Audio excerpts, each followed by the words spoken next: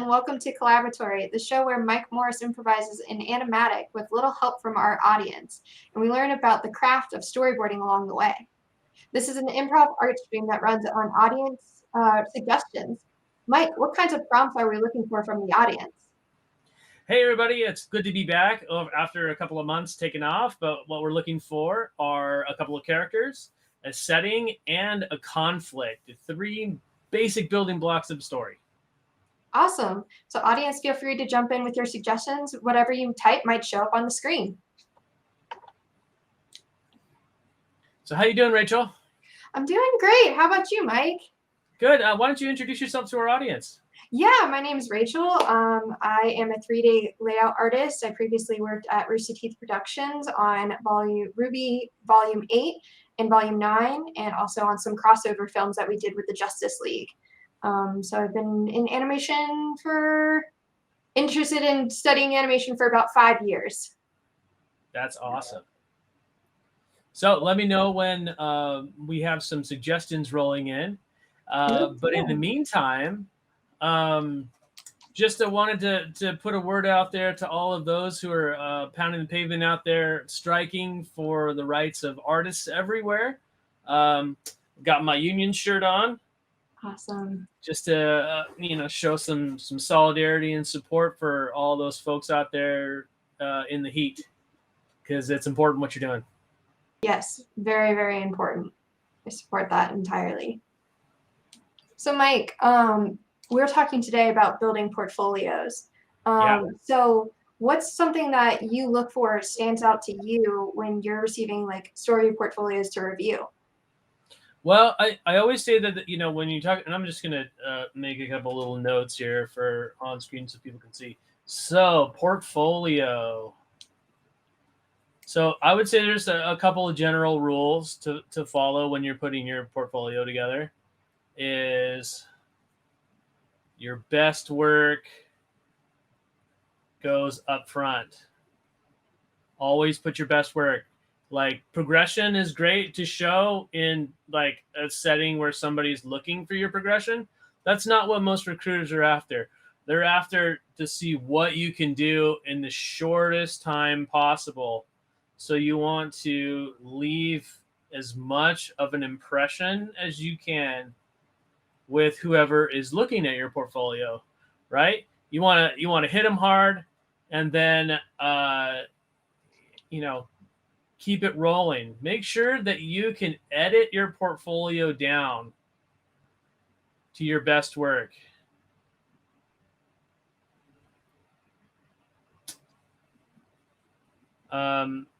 Because basically you don't want to show that you've got like maybe one good piece but like a bunch of weak links, right? So you want to edit that down to make sure that you've got like your strongest stuff in there. And it's a good idea to like get the opinions of your other artist friends. So help, your friends should be able to help curate what goes into your portfolio. And if you're not entirely sure like what your strongest work is, rely on some of your friends to give you some direction. Because sometimes I think we get so close to it that we're blinded to the idea about what is your best work and what's not after a while, because you've seen it so many times. You're kind of like, well, is this even good anymore? You get that sort of blindness about you that can help with, a second set of eyes for some clarity. So, and portfolios come in all shapes and sizes nowadays.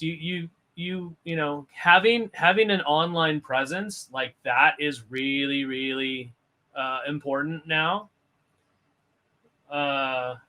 because that translates to ease of viewing. Because even though I have to admit I'm not the best at having my portfolio online and ready to view at a moment's notice, but you never know when it's time to shoot your shot. Yes. You never know when it's time for you to put yourself out there, and when somebody is available. So I had a sort of a story about that really quick. Yeah. So I used to work on The Simpsons, right? And so one of our directors on The Simpsons, the great Mark Kirkland, he was shooting a video, right? He was doing an independent feature or independent short that he was going to screen at a film festival eventually. And so we went over to his house one day, and who shows up? But one of my favorite musical artists, Weird Al Yankovic, right? Oh, wow. So Weird Al comes, and he's, you know, just there at Mark's house, and we're all in these costumes. We're shooting like a early 1900s like film set, and we're all supposed to be actors in a movie in that like movie within a movie. So we're all filming like The Last Supper, right? And so Weird Al is playing the Christ character, and I'm Doubting Thomas right next to him, and a couple things. But we were talking, and I was like, oh man, I would love to be able to do some work for you, you know, because I love your music and your whole thing is great. And he's like, well, what have you got? And I didn't have anything to show him because I didn't really have anything online at the time.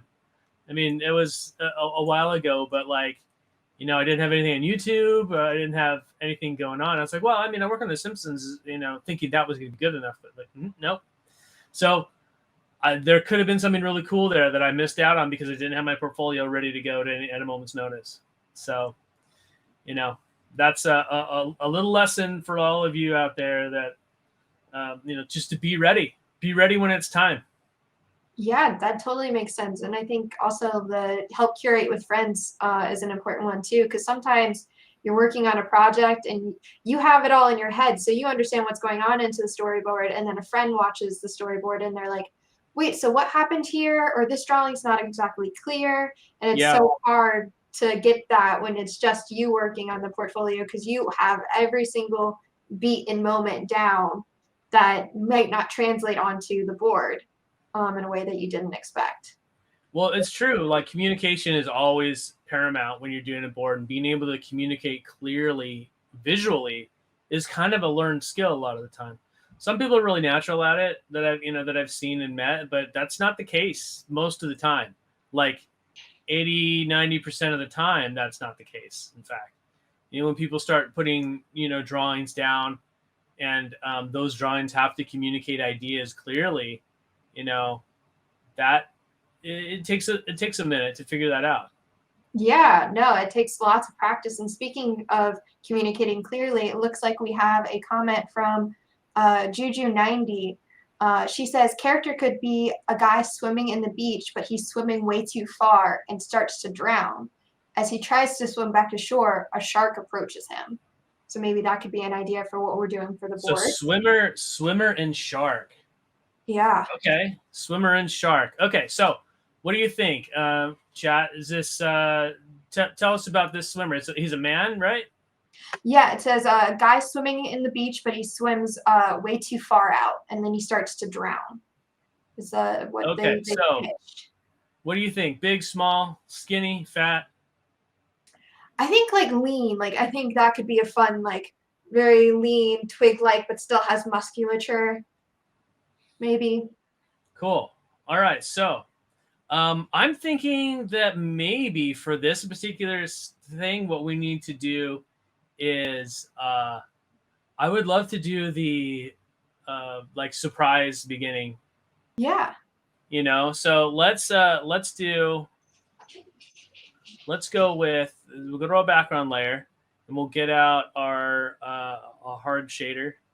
Okay. And we'll Awesome. And then we have some comments too from It's Laura says, since the guy panics thinking the shark is going to attack him, then there's a plot twist. The shark helps bring him back to shore.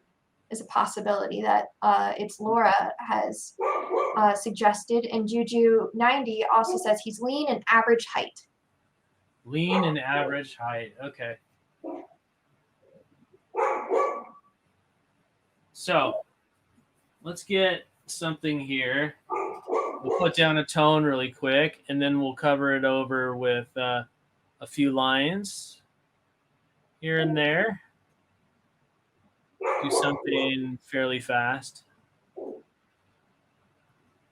Yeah, and with that, how important is your background and your setup for not just the characters in your storyboard portfolio? How say that again, please? Yeah, how important is your backgrounds and layout in your portfolio building? Is that something that should be a major focus for Um, storyboarders? I don't think necessarily that should be your focus. Your focus should always be on the storyboards themselves. But I mean, show that kind of thing in your boards. Like, I don't think if you're going for a boarding position, you need to put like extensive amounts of layout in there.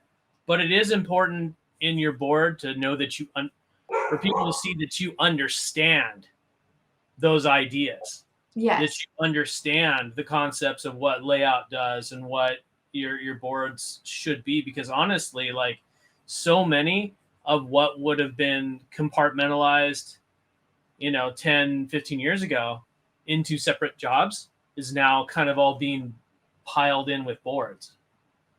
I could So totally see that. Yeah. And as a 3D layout artist, when I received the boards, getting that understanding of like, okay, this is where the board artist understands where they want the horizon line and frame is very important. So it's like just having that rougher understanding of like, okay, this is the general perspective they're thinking of the background is super important to communicate. yeah. All right. So we've got that. I'm going to duplicate this and we're going to do a flash zoom into the next shot. So I'm going to do a little trick here. And I'm going to put in a 1-point perspective guide. And we're going to zoom into about there, just off center. So now with that, I can do this sort of thing really easy, following those that perspective set out for me with the guide. Awesome. We do also have a question from Monica Harrian. What is the best place to put a portfolio? They said, I don't have an online portfolio right now because of theft in the past. Because of theft in the past, like people stealing your designs to do like apparel or things like that. Or are you talking about like AI scraping? It's not specified, but I'll see if Monica responds with that type of theft Okay. specificity. It happens. That's just going to be kind of a thing that often people are just going to be forced to deal with. I mean, you can't keep people from stealing. Unfortunately, I wish you could. But that could lead to opportunities missed just because you're afraid of the consequences of somebody stealing your artwork here and there. It's hard. That's a hard thing to think about because I wouldn't want stuff stolen from me. Of course not. And if people are doing it, that's pretty messed up. Especially if there's somebody that's from overseas or something like that. There's no real recourse for it. But I mean, you can always do like something more of like a private Google Drive situation where you're just not putting as much of it out there. That's not more within your control. There's lots of different ways you can do. You can password protect stuff, Yeah. but and just put stuff out there. I don't know. That's really going to be a call that you have to make yourself and what you're willing to put out there and what you're not willing to put out there. So, all right. Now we're going to take this and we're going to get our camera out and we are going to put in a camera move. So I'm going to drop a keyframe in the front and behind. And then we're going to zoom in on that one spot. And oftentimes you can just check against your 1-point perspective right there. And just move it on to that particular point as best you can. So just switching back and forth, so we need to move it just a little bit more to the left.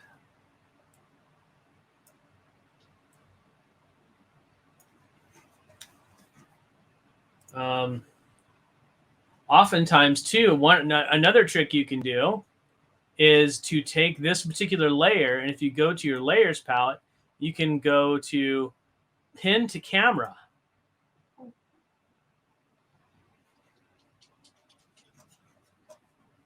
So now when I do my camera move, it should travel with. Oh, wow. And, you know, this is boards. It's not, you know, layout or anything fancy. We're just doing some real simple stuff. Yeah, whatever communicates in the fastest to get the idea across. All right, so that's going to be really short. Let's make it, what, like 6 frames to flash zoom. And there's other things we can do with like blurs and things like that. But then now let's get into where this guy's at, and we'll put in, you know, a little background into here. It's kind of textured. That's fine.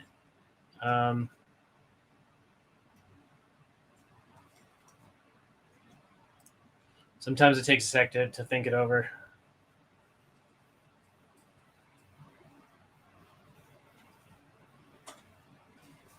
Maybe we'll make that just a little bit bigger so we can fill up the lower third a bit. Just as long as we know, you know, that it is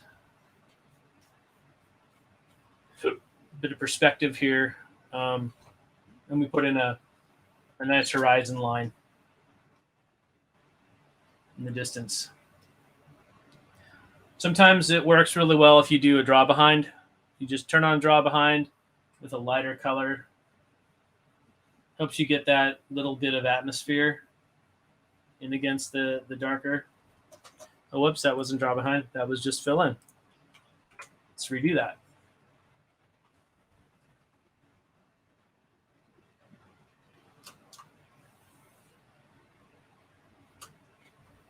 There we go. That's draw behind. All right. Now let's get our guy in here. I think one thing that we can do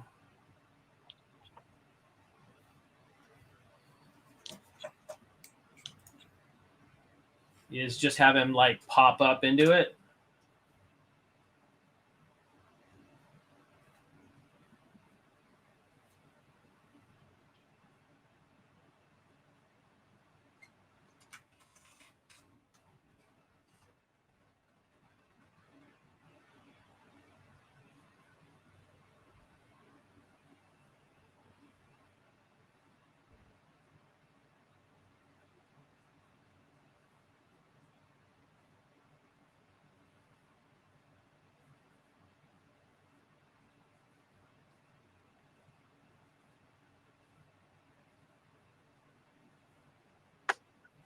Awesome.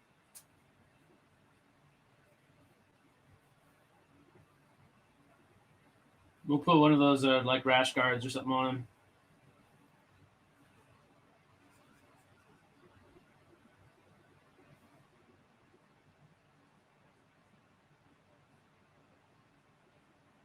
Already, clearly you can see this guy is not meant to be here. He doesn't know what's going on. All right, and breaks out. And then we can reuse a couple of these little poses here.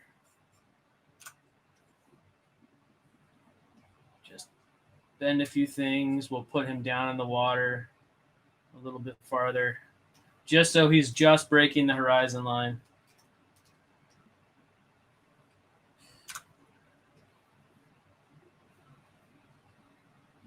Well, there's another thing that is I've heard about recently is a software called Glaze, and that is supposed to like scramble images, so it's harder for AI to scrape your artwork. Really, that sounds really useful right now, especially with everything that's going on in the AI world. Yeah. Is it found online, or how do you? Just search for Glaze, AI protection or something like that. I imagine it's pretty easy to find. It's a group of students that put it together at a university. And apparently some of the AI people were kind of pissed about that. How dare you protect your work from our illegal scraping? Yeah. How dare you? How dare you fight back with your art? Yeah.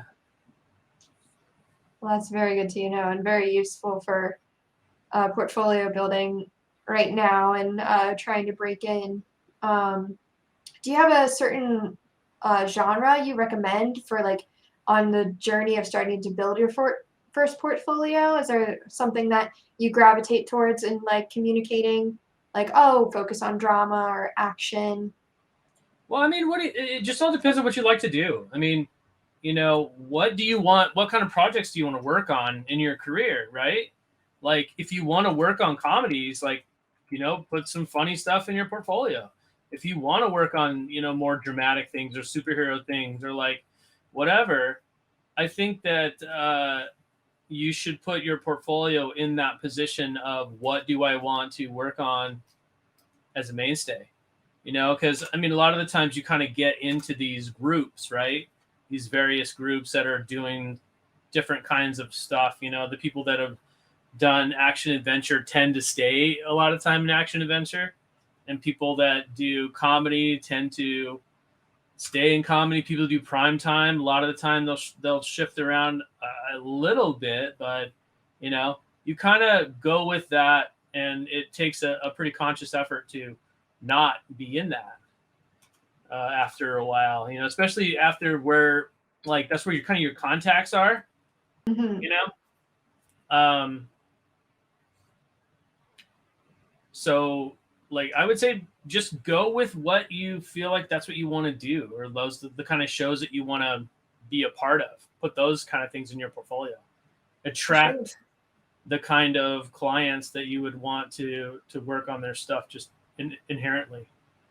Yeah, and that type of passion tends to show in portfolios.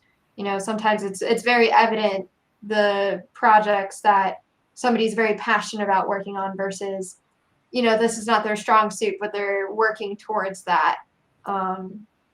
It seems like. Is there a particular portfolio piece that you remember as being your favorite that you worked on? Not really. I tend to just kind of move on a lot of the time. You know, I try and stay with what is new for me. I mean, there's I guess, you know, some of the stuff I've worked on The Simpsons I'm pretty proud of still. There's other things on like Future Worm. There's a show I worked on that I'm still pretty proud of. You know, and you'll pick kind of like your favorite bits of stuff that you've worked on.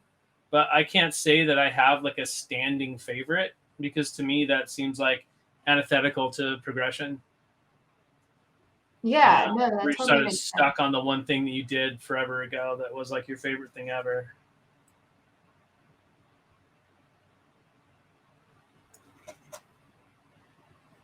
So you know what? Let's do something before this.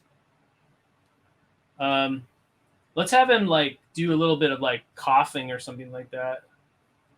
So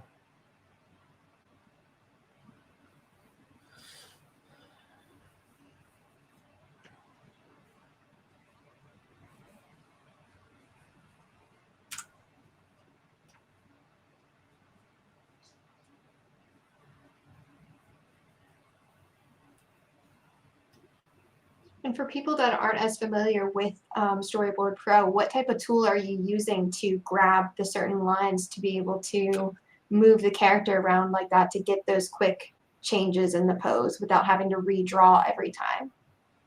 well, that's just the move tool. I mean, it's just the one that's the black arrow down here. And I tend to put all my toolbars down at the bottom because it saves on shoulder, having to like be putting your hand up and down and up and down and up and down constantly. Yeah. So I try and keep things local down in the bottom so I don't have to be constantly straining. I don't want to be that guy with like the one buff shoulder, you know? Yeah, of course. Save where you can, and it saves time too. So I'm just going to repeat these because we don't have time to do much else. And again, you know, when you're doing, see, I kind of call this like the thumbnail pass, it's often colloquially referred to as the vomit pass, because you're just kind of like bleh, getting it all out there, right? So sometimes it just, you gets up. And then It's Laura also commented that he could scream out help as the next action.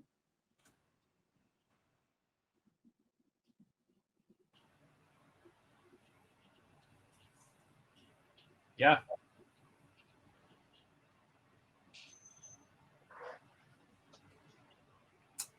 Let's just flop his head there. We'll straighten that out.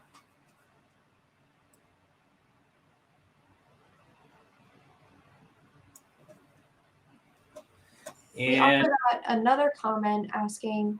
We're going to take these drawings, copy, and then we're going to paste that. And then one thing we're going to do is reorganize these layers and shift them around a little bit. So now we're going to get that reverse flash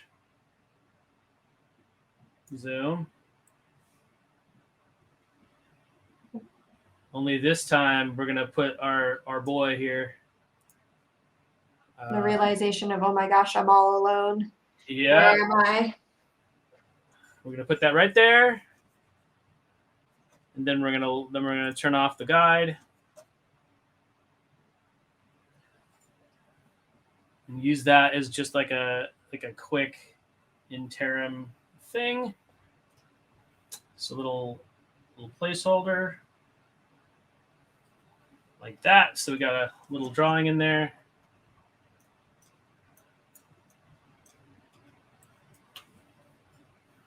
And we're going to select by color and delete. Then, we'll put a little bit of tone just behind him, so he's more clearly seen on screen. Okay. Awesome. So we've got starting in the ocean, and then flash zoom in, and where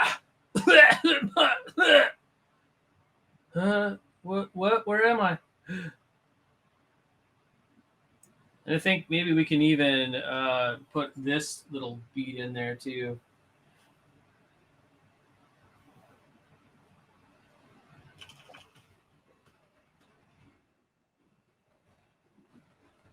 Him realizing, oh crap, I'm in trouble.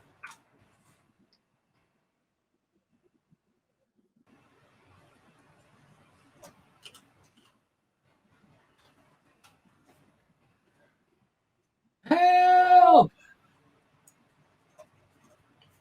We'll copy this layer.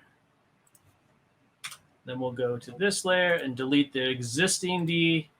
So we want to make sure we keep our layers named the right thing, and then we're going to paste that layer. So help. All right, cool. So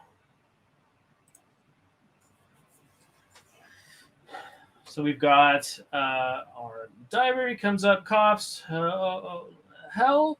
And then we can just cut back to this guy. So I'm going to copy that. I'm going to paste that. And what we can do is instead we'll zoom in on him a little bit more, so we can get some more reaction. You know what? Actually, let's save that. What we're going to do is duplicate this, and let's do a flashback.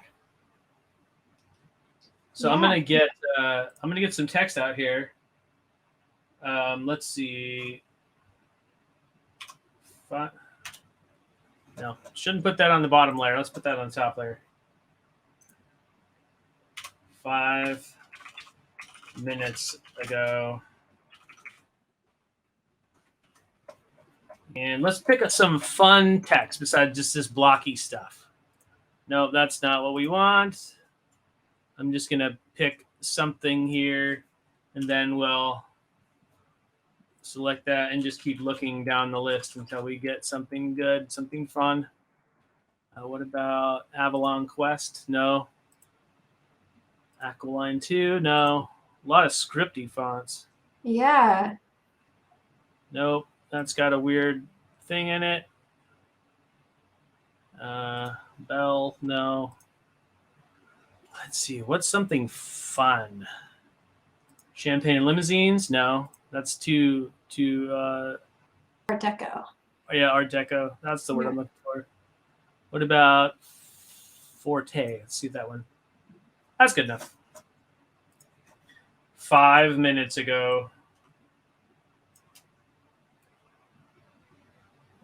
Awesome. And it looks like we have a question from Oluwatobi Alafin. Apologies if I pronounced that wrong. The comment is, "Hi, really enjoying your live stream. I just wanted to ask what I need to do to become a storyboard artist." Well, that's a pretty sizable question. I think what you need to do is study it first of all. Figure out what it takes to make film, right? So you have to learn how to do your gesture drawing. You need to know a little bit more about film grammar. There's a lot involved. That's a pretty heavy question. Watch this stream a lot. You should do that. That will really help you. Yeah, and practice. I think we go over a lot of that in our previous streams. So check out some of our previous streams, and then you'll get a much larger overview of what you will sort of need to have in your professional tool set to be a storyboard artist. And it's gonna basically come down to being able to communicate well in drawings. Okay. So let's see. What should we have him do that was sort of like either, by the beach and irresponsible, or, I don't know. So maybe I think what we need is to see him swimming. I think we can do something like this. Let's put him on layer D.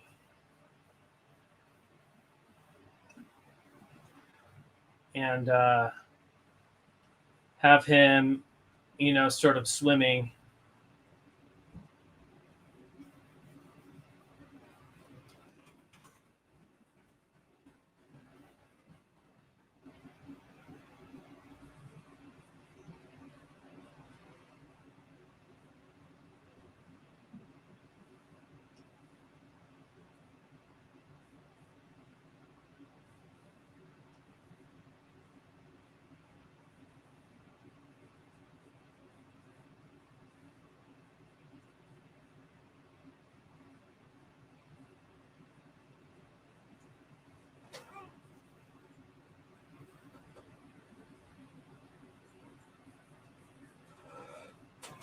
Then behind him will be like, let's put shoreline right about there. Let's stick horizon line a little bit higher. And the beach, let's put some palm trees and different things like that. Just get the move tool out and we'll move that into frame. Can even put some other little ones back here, some like the RVs and stuff that they have parked.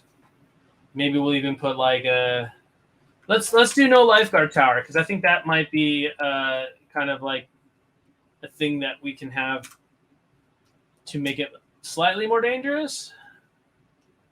Yeah, there's no foreshadowing of safety that could come. Yeah, right. And then we'll make him just a little bit bigger in the frame here, just to add a little bit more to that perspective. And then even smaller here. So, whoops, that skewed it, then that erased it.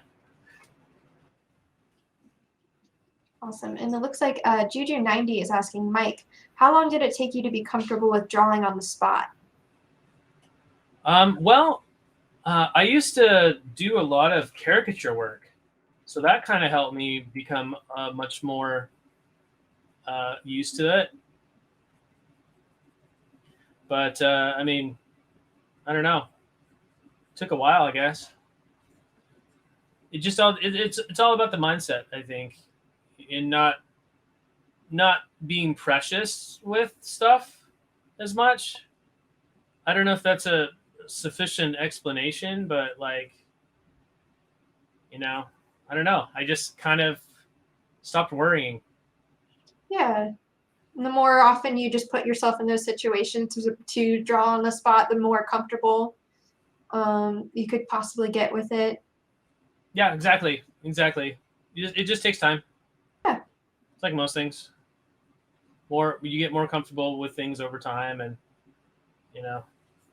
So let's just add in some like generic beach storefront buildings and whatever. I'm kind of basing this off what I know, which is more Orange County, California, Huntington Beach area. So this would be like some parking and cars and other stuff. There's some more people on the beach, and you know, let's add in a few extras here and there, and then maybe like somebody here. Um,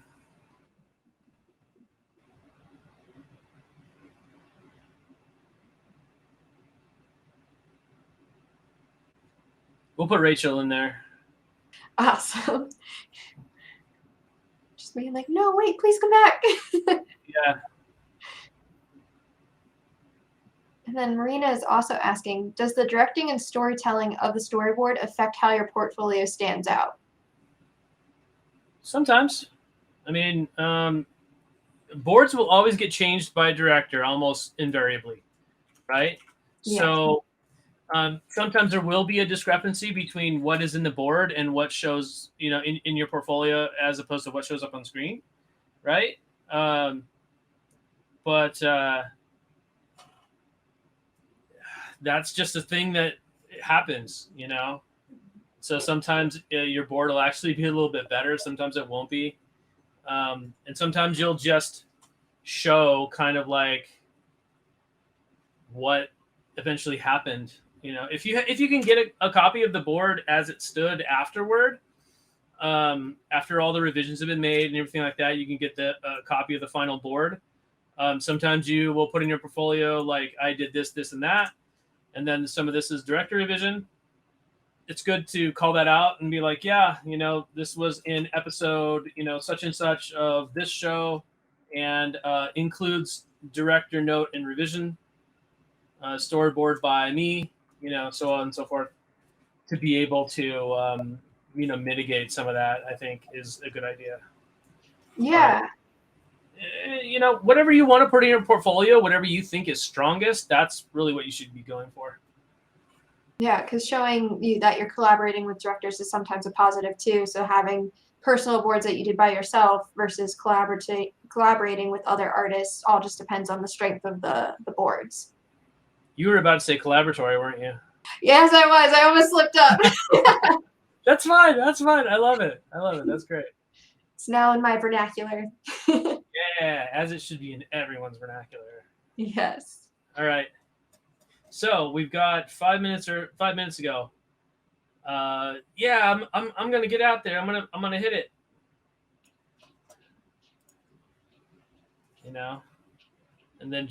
And then this very concerned Rachel here is just like, no, don't do it. Stop it. Come back, please. I'm gonna prove to you that I can do it. I think sometimes it's good to show like, we kind of all do dumb stuff here and there, and sometimes it's fun to show that in the work that we do. Yes, life is funny, so may as well make the art funny about life. Right.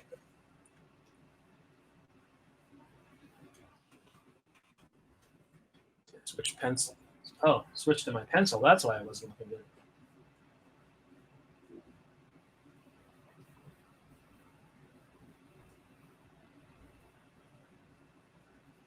Let's give him dark hair too.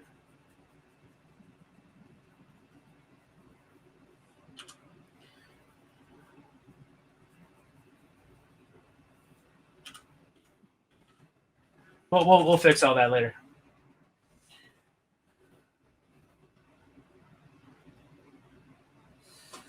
And then, hey, it's dangerous out there. Riptide warning.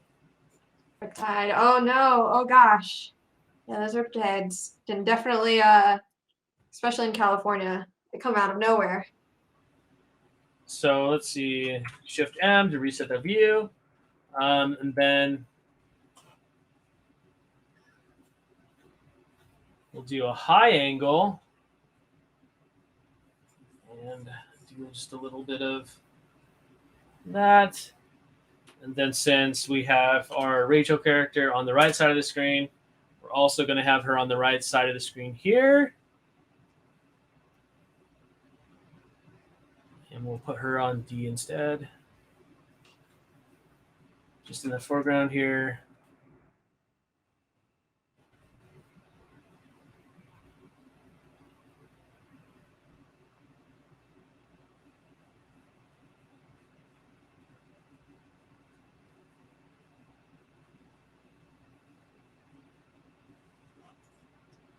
Again, sorry if this isn't doing you justice, Rachel. Oh no, it's great. I mean, the fact that you're able to whip that so quickly, with all the practice, I mean.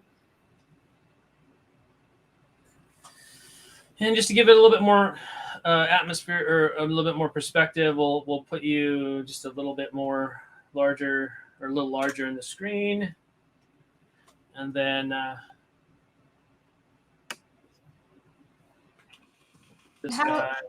Important is it for when you're building your portfolio to consider like the different horizon levels and camera angles in your storyboarding? Is that something that's more secondary and you're mainly focusing on the emotional beats, or is it that's just like they go two and two together and they're both equally important? Oh, they go together, absolutely. You can't have one without the other, really.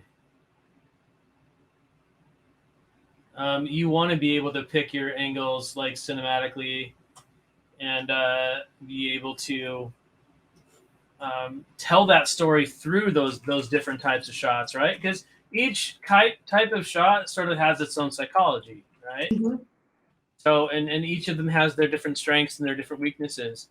Like, you're not going to show like a super emotional beat in a wide shot generally, unless that's exactly what you want out of that shot. Yeah. But like, if you want to see the emotion in somebody's face, you're not going to show that in a wide shot. You're going to show that in a close-up, right? So certain shots are good for certain things, but like, you could go sort of against what different shots are meant for as part of like your cinematic style. But generally, a lot of times you're just going to play to type, right? So like, if I'm close to the screen, you can see my eyes. You can see sort of like the inner workings of my brain, right? At that moment, what I'm thinking, what I'm feeling, as opposed to in a wide shot where it's a little harder, unless you're doing it all through body language, right? So I think planning your shots out is a very good idea if you're going to do things in a little bit more of a controlled environment, like a script and a bunch of things. Mm-hmm. Then you can sort of decide how you're going to do that a little bit more. Let's see, how do I say it? You can exert a lot more control over your board in that way. Whereas here, we're just sort of making it up as we go along, right? So we're going with gut feeling. All right, let's make a copy of that, and then we'll change this first one to hook up to the last shot.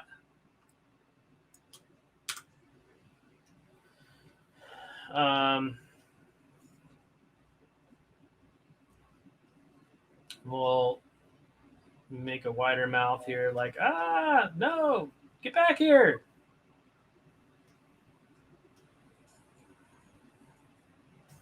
And then the giving up phase of like, oh no, they're gone. And oh gosh, those are derpy hands.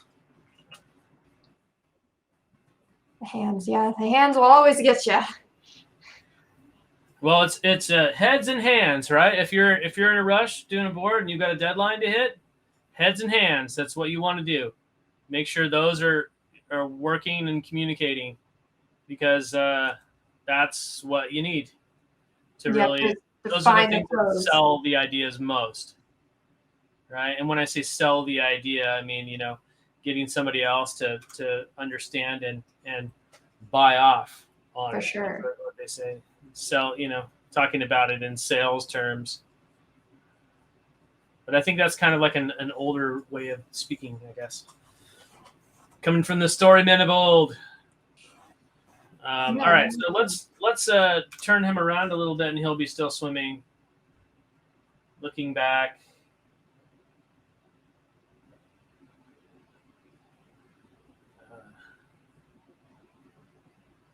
And it also looks like we have a question from Wagner Jose.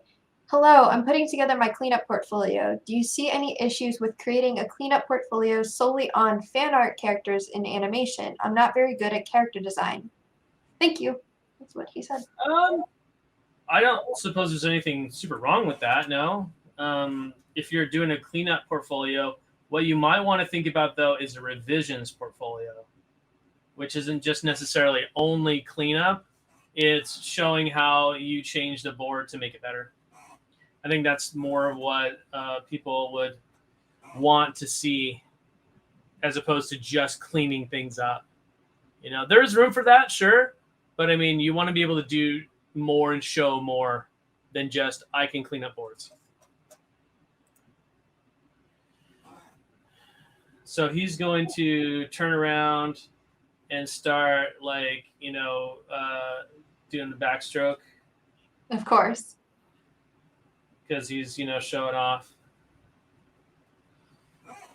And let's put in a couple of waves, like, behind him, or, you know, some swells, like.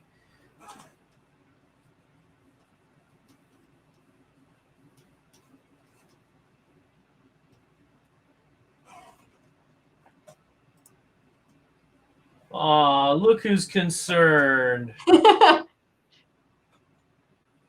I think we also need to put, like, something like, you know, like one of the buoys or something out here, so we can see, like, sort of what he's going after. I'm gonna go. Somebody dared him to go touch the buoy and back, and he's like, "I got this." Right. Yeah. Exactly. Like that sort of thing. I think is sort of like, oh, I'm gonna try and impress this girl or whatever, and to do something super dumb and dangerous. Sounds about right. Yeah.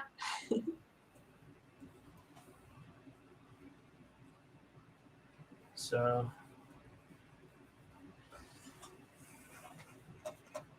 Oh, look who's concerned.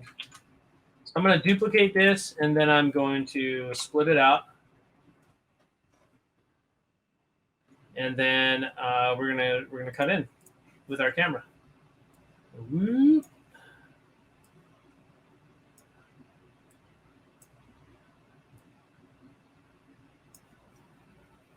Okay.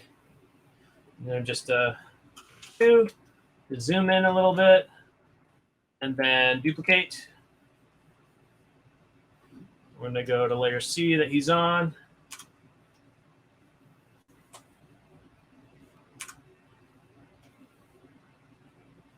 And turn the camera back to black.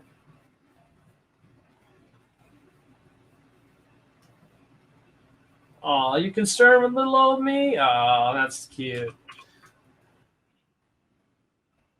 Yeah, like, oh, look who's concerned.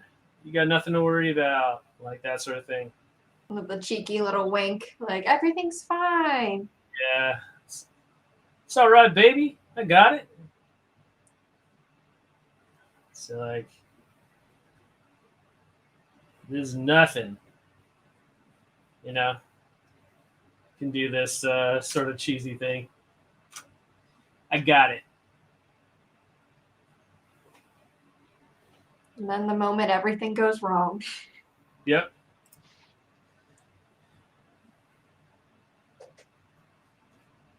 Okay, so going back to this shot, I think we can borrow from here, and we'll get that BG, copy it,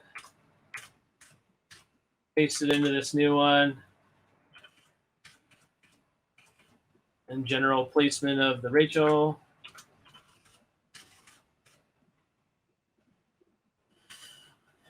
And let's get that camera down. We're just going to borrow that background here.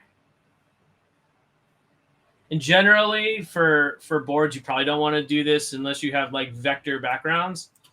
But we're going to do it here because we can. For the ease and fastness of doing straight ahead boarding. Yep. Yes, ma'am. All right. And how often in like in the industry job are you doing straight ahead boards and like bouncing ideas off this? Does it depend on the show, or is it normally more of we have a script and we're following that? Oh, most of the shows that I've worked on have been scripted, so generally it's a much more controlled process. That makes sense. I think, is South Park the one that's famously the one that kind of goes riffing because the writing has to go so quickly? Yeah, their whole production schedule is bonkers, from what I understand. It's like they work like 3 months out of the year, but wow. that 3 months is like the most intense 3 months ever. I bet, yes.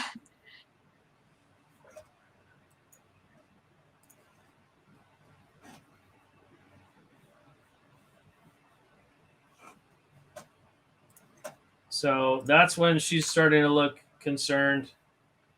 And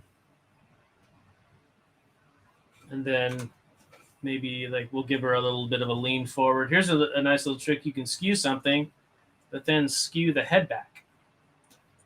Oh. And you got that quick little forced perspective.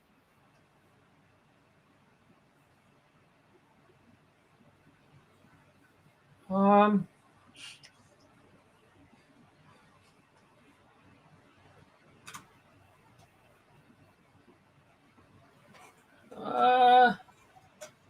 think maybe more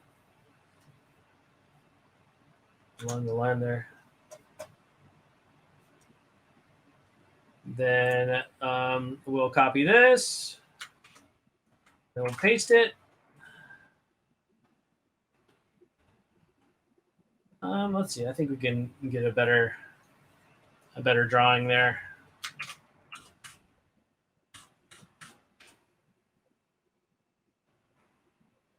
Let's duplicate that.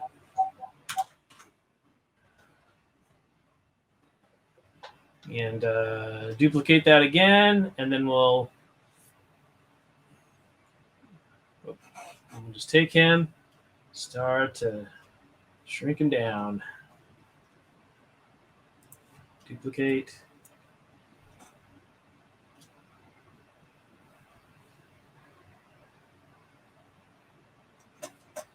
Then as we do that, we'll widen back out. So drop a keyframe. Then one thing that we can do also is drop a keyframe here, just wherever. Then copy that keyframe, paste it here. Oops. And copy the keyframe, stay generally around this keyframe line area. There we go. Then we have that back to our original keyframe setup. So your camera's staying consistent throughout. Yep. You got it. I mean, you're a camera person. You understand that, right? Yes, and that's the more you can show that in the boards to the camera artists, it does wonders for being like, okay, this is the same as shot, or maybe they are winning a new angle, because sometimes when you're working in 3D, you don't want to end up exactly in the same position that you had in a shop before for storytelling purposes. Yeah. So it's all right, babe. I got this. But I got it. You see, I'm totally getting it. As he's being Everything's taken out to fine. sea. And then we can do another shot where it's much more like, freaking out. The controlled panic versus the, oh my God, okay, no, this is seriously a problem now. This is seriously a problem now, yeah.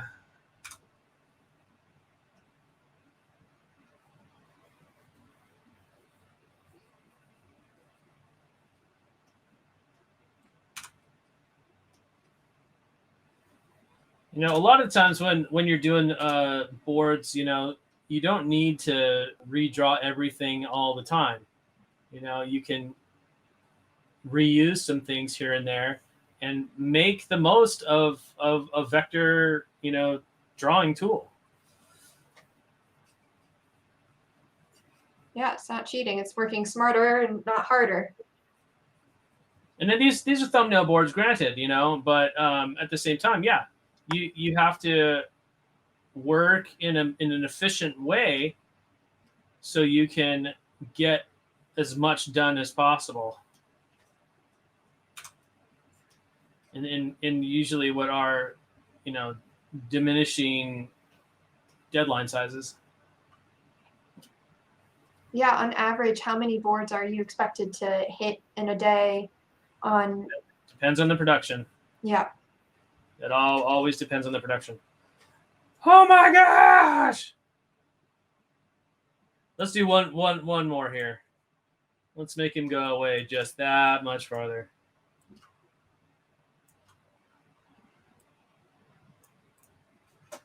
So, but there's riptides. Riptides, whatever. As he's being taken out to sea. Ah! And I think we should smash cut to maybe it's like some bigger waves.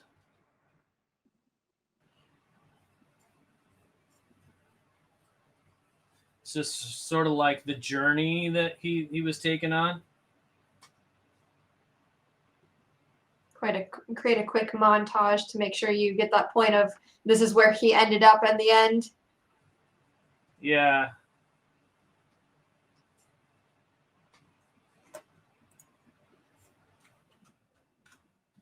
So splash.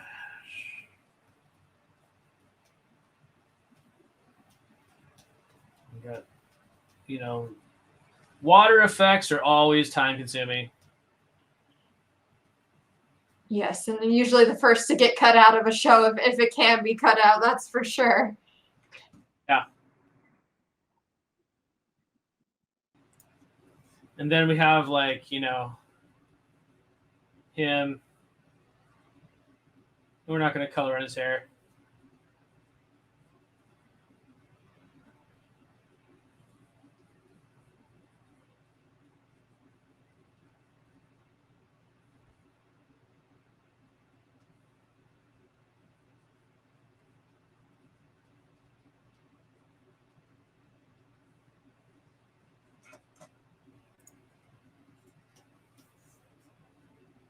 So we'll do a little bit more as far as the bubbles trailing off of him. So you can show that he's underwater. Sometimes you can do it with a tone as well. You can just pop in a tone behind him and see that, he's going underwater. That's a great way to do it.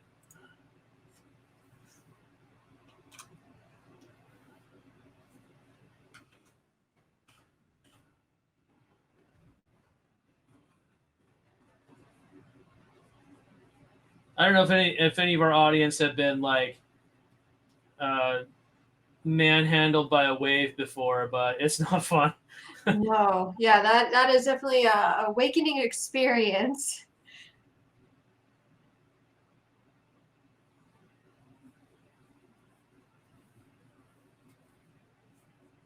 Yeah, there was one time on the coast of Louisiana where it was waves and then jellyfish. And my cousin, she got stung once by a jellyfish, and she said never going in the ocean again. And for the rest of the trip, just sat on the beach like, I'm not going in there. You can't make me. Yeah, it's tough, you know, getting stung by jellyfish. I've never had that happen to me, but thankfully, you know, it's pretty rough stuff. Yeah, the ocean is a scary place. You know, they say what? There's only 3% of the ocean that's been discovered so far. You know, I haven't been looking at the numbers on that. Yeah.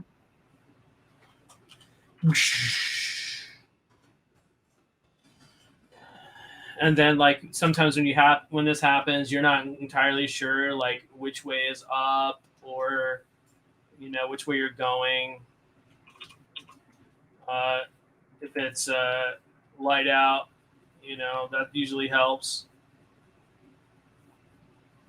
I'm not endorsing night swimming at all, especially in the ocean. Yeah. Yeah. Especially with that's the first advice when it's shark infested waters is don't go in when it's dark.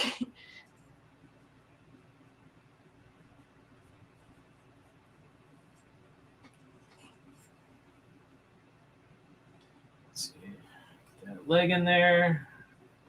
So let's make this a little bit bigger so we see that progression. It looks like it's coming toward camera. So.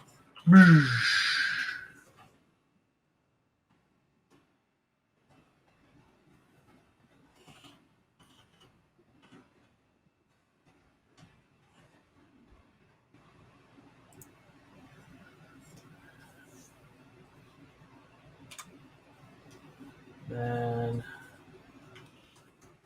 again, sorry for the derpy drawings. No, I'm amazed on how quickly you had him rotate in 3D like that with moving towards camera. You know, that takes many years of gesture drawing and practice and understanding of how that works.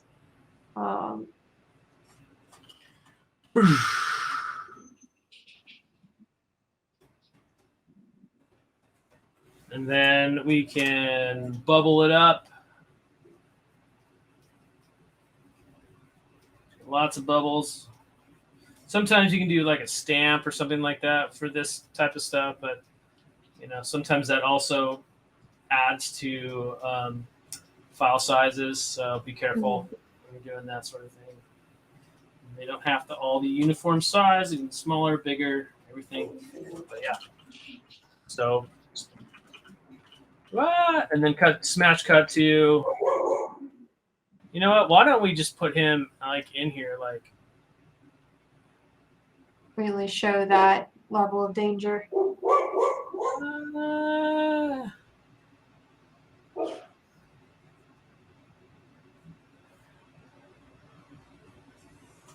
An average portfolio length, what would you say that would be for a storyboard portfolio in a demo reel, or is it more presented in the PDF style that you turn in for job applications?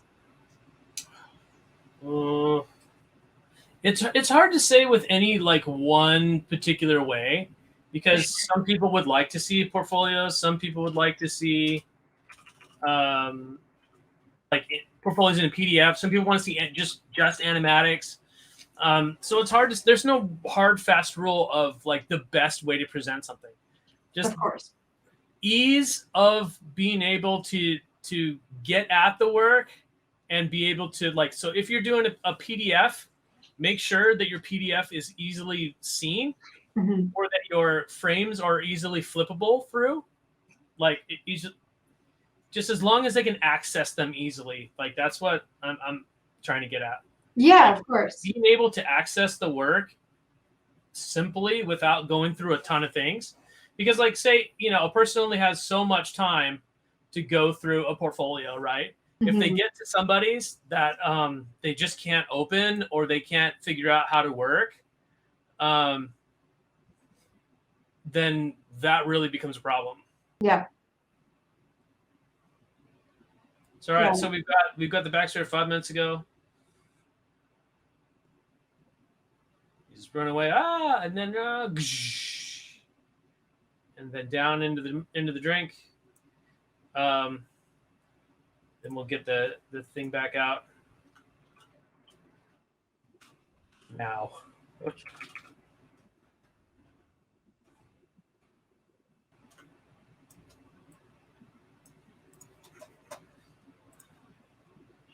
Okay, so I think we can get rid of that and be like, what do I do? What do I do? What do I do? You know, put those. Let's get that back to our proper layer.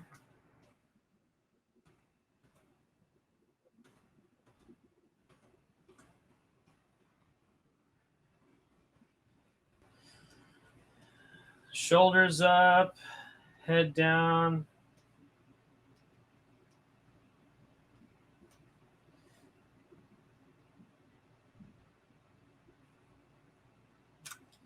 Bigger mouth. What do I do? What do I do? What do I do?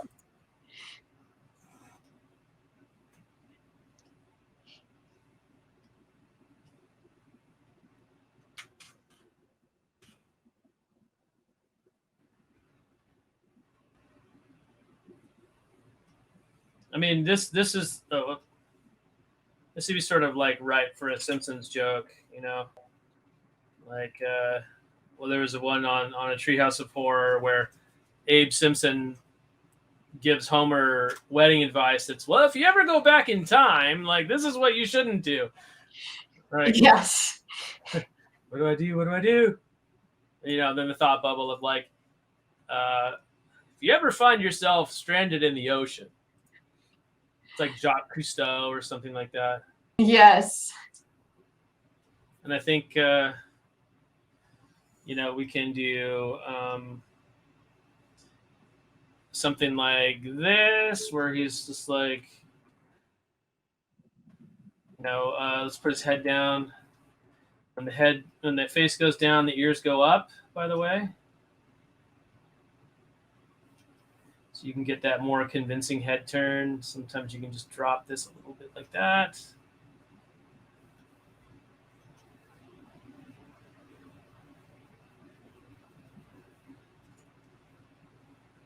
And then he's like, you know, what do I do? It's like, where's that buoy? Where did that go? Yeah. Oh, that buoy's long gone. Oh, why did I have to show off? You know, like that, Yeah. that kind of thing. And then that's when we can duplicate that layer, and in the background we have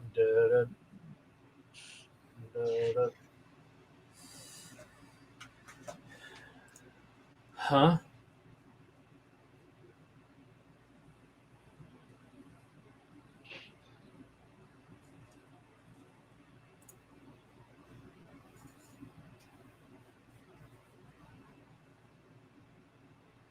Let's move it over a little bit.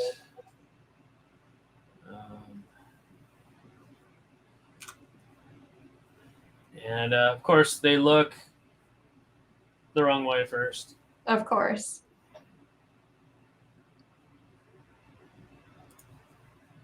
See, I mean, it's hard sometimes when you have, like, you know, ideas of how things should go, because that's what you've seen before, you know.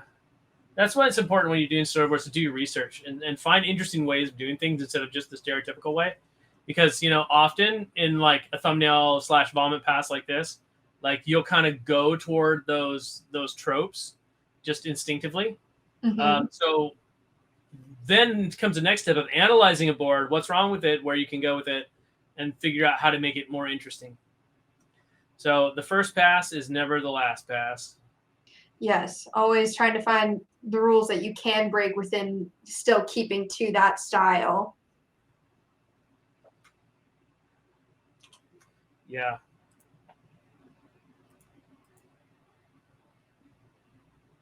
So we're going to copy this one here. Stick that at the end. There's a pose in here I think we can use. So get rid of that, get rid of that, get rid of this, get rid of that, get rid of this.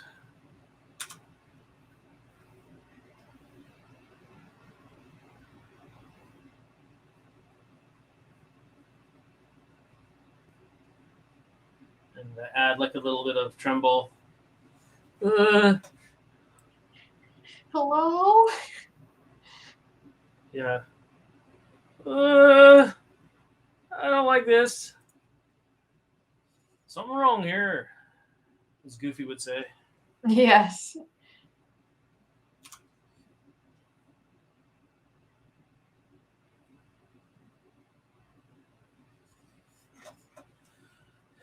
All right, new shot. I think we can do, let's put him down here.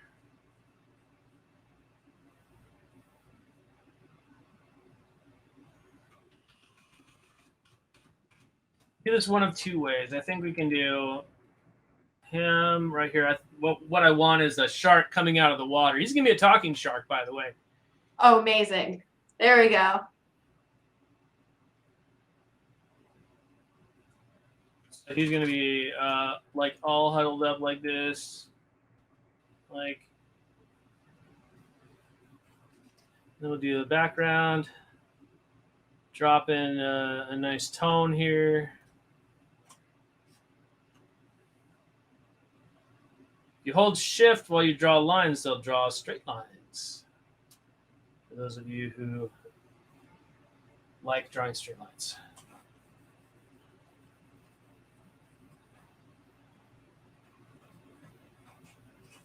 Boop, boop. Okay, give that a second to process, and then it'll snap into place. Boop, there we go. Kind of like Bruce from Finding Nemo. Finding Nemo, yeah, who was named after the model for Jaws, the Jaws shark. Oh, okay. That's why he was named Bruce.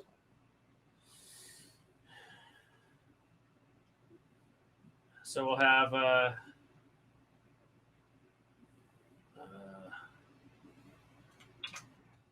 get the black pen back out.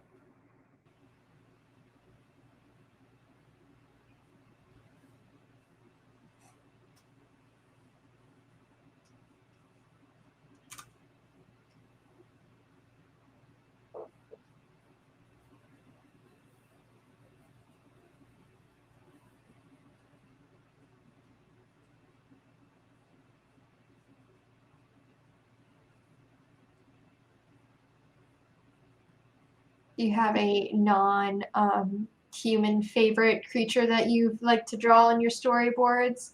Do you like drawing aquatic creatures, or how do you go about practicing getting like over drawing humans? I like drawing dragons. Dragons are awesome. Like if I was going to draw any kind of creature that wasn't human, I struggle drawing dragons though, because they're more interesting generally than I can draw. A lot of time I feel like, and they're just so wide and varied that it's hard to really, track down like what makes a good dragon design. Although maybe if I did some more research, it might be better. Yeah, there's so many wide varieties of mythical creatures that have different descriptions that it's hard to sometimes pinpoint which route to go. Yeah. All right, we're going to duplicate that. And then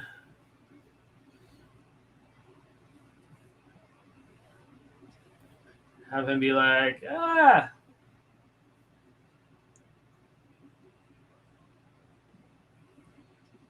as homeboy splashes down.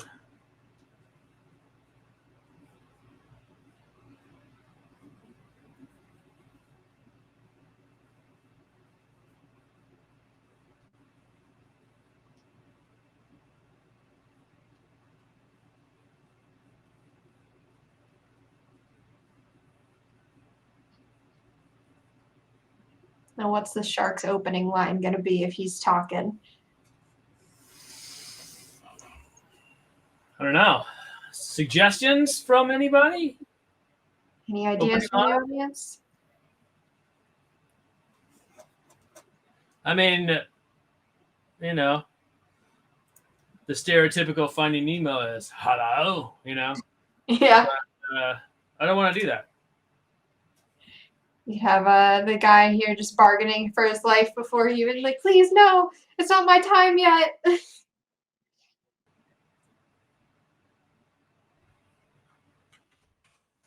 Like, what kind of character is this shark? Like, what's he all about? Is he gonna eat this guy? Is he gonna? The original thing that says he helps him. Yeah. I mean, sharks aren't necessarily known for their helpfulness. That's true. They're known for cold, dead eyes.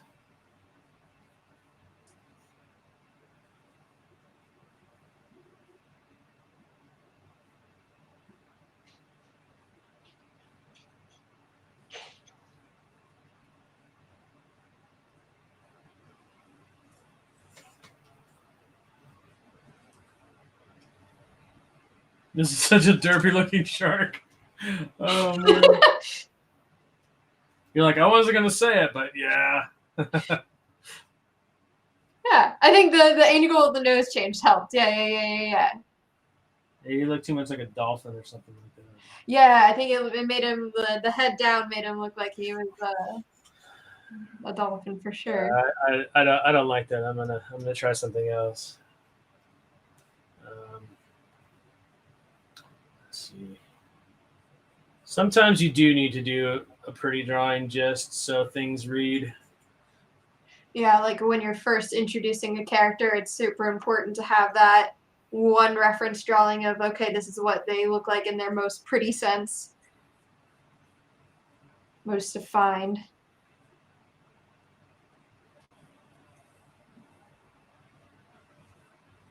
Make him a great white because that's the quintessential sharky shark.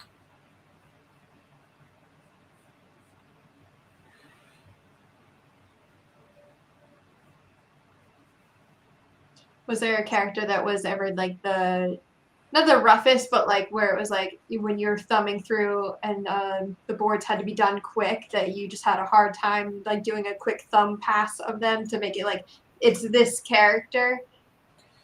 I don't know. I mean, probably none that spring to mind at the moment, but I'm sure there have been. You know, just there was one character that I did in a show that never saw the light of day. At least not yet.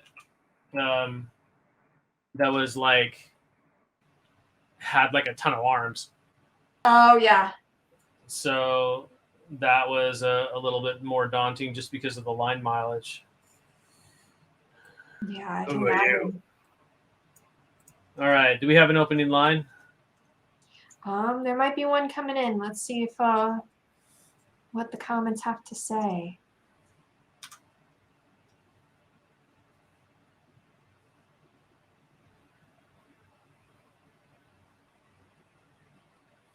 That drawing looks awesome. I know. He's not just a shark, he's a lone shark. Perfect. I see you find yourself stranded here. Wow.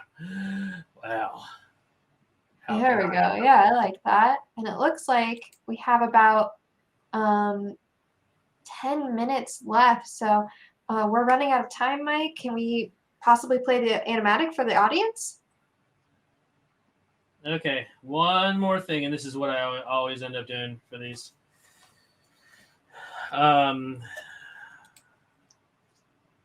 Just a couple more drawings.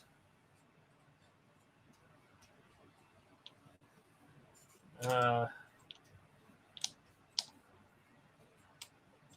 wait, we do have an opening line from Juju90. Opening line could be, "We are always best friends, ha ha ha."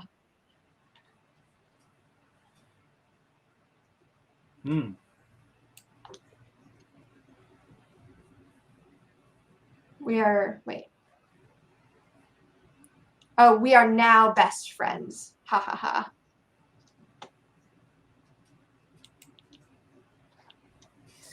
We're now best friends. I'm not sure if that one will be the first line, but it could be the last one. Yeah. Yeah, as he gets drop back off onto the beach.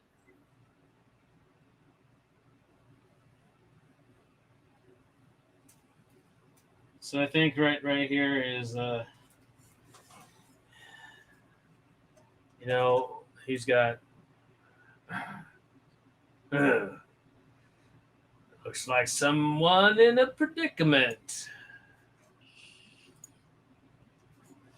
And then let's go to a new shot and have, him.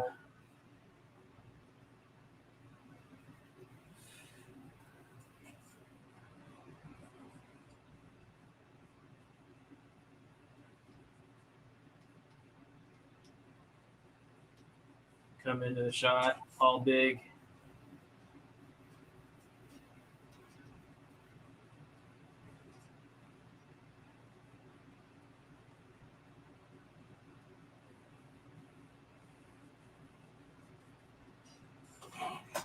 Yeah, all right, cool. Here we go.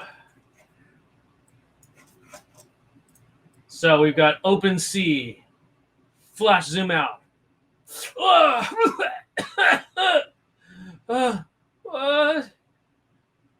Help! 5 minutes ago. Ha! I'm going to make it that buoy. Just watch. Wait, no. Don't go out there. Don't. Such a dumb idea.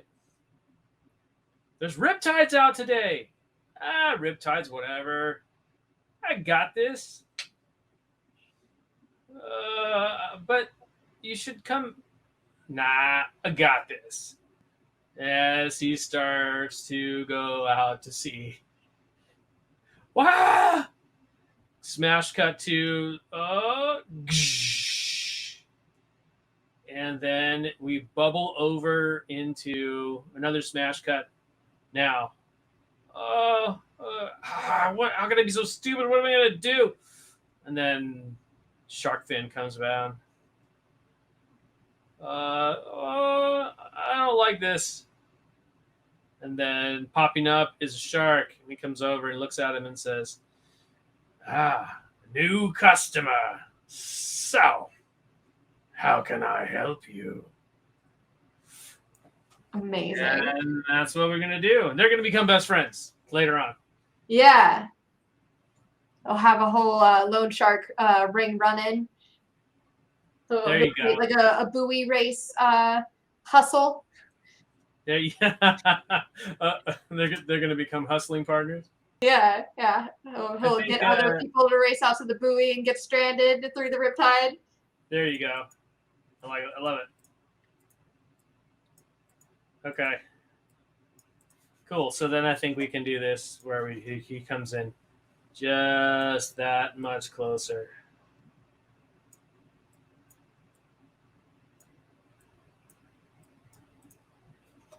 How can I help you? Cool. Nice. Epic.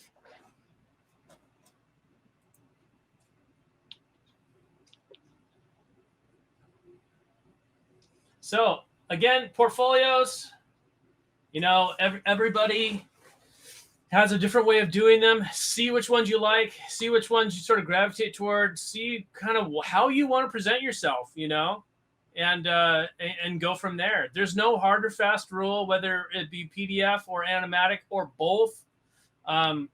Just make sure you put your strongest work up front and follow those guidelines. Ask your friends which they think is your strongest work. If you have any friends that are working already in animation, ask them, because they're going to be able to tell you what's working for your portfolio and what's not. Especially if you're trying to get on a specific show that has a certain way of doing things. Like, do your research. Again, go to shows, get advice on your portfolio. Lightbox is coming up. CTNX, I think, might be coming up. The end of the year shows that are going to be a great place to meet like-minded people. Yes, yeah, and networking that's massively important. So yeah, those two shows are a really great opportunity to hit all of those things that you've suggested. Thank you so much for your time, Mike. And thank you for joining us once again for Collaboratory. So if any of you want to try this out with Storyboard Pro, go ahead and go to the toonboom.com website and download the 21-day trial. If I can do this in an hour, think of what you can do in 3 weeks. Yeah. All right. Yeah. We'll see everybody later. Yeah. Thank you. Sorry.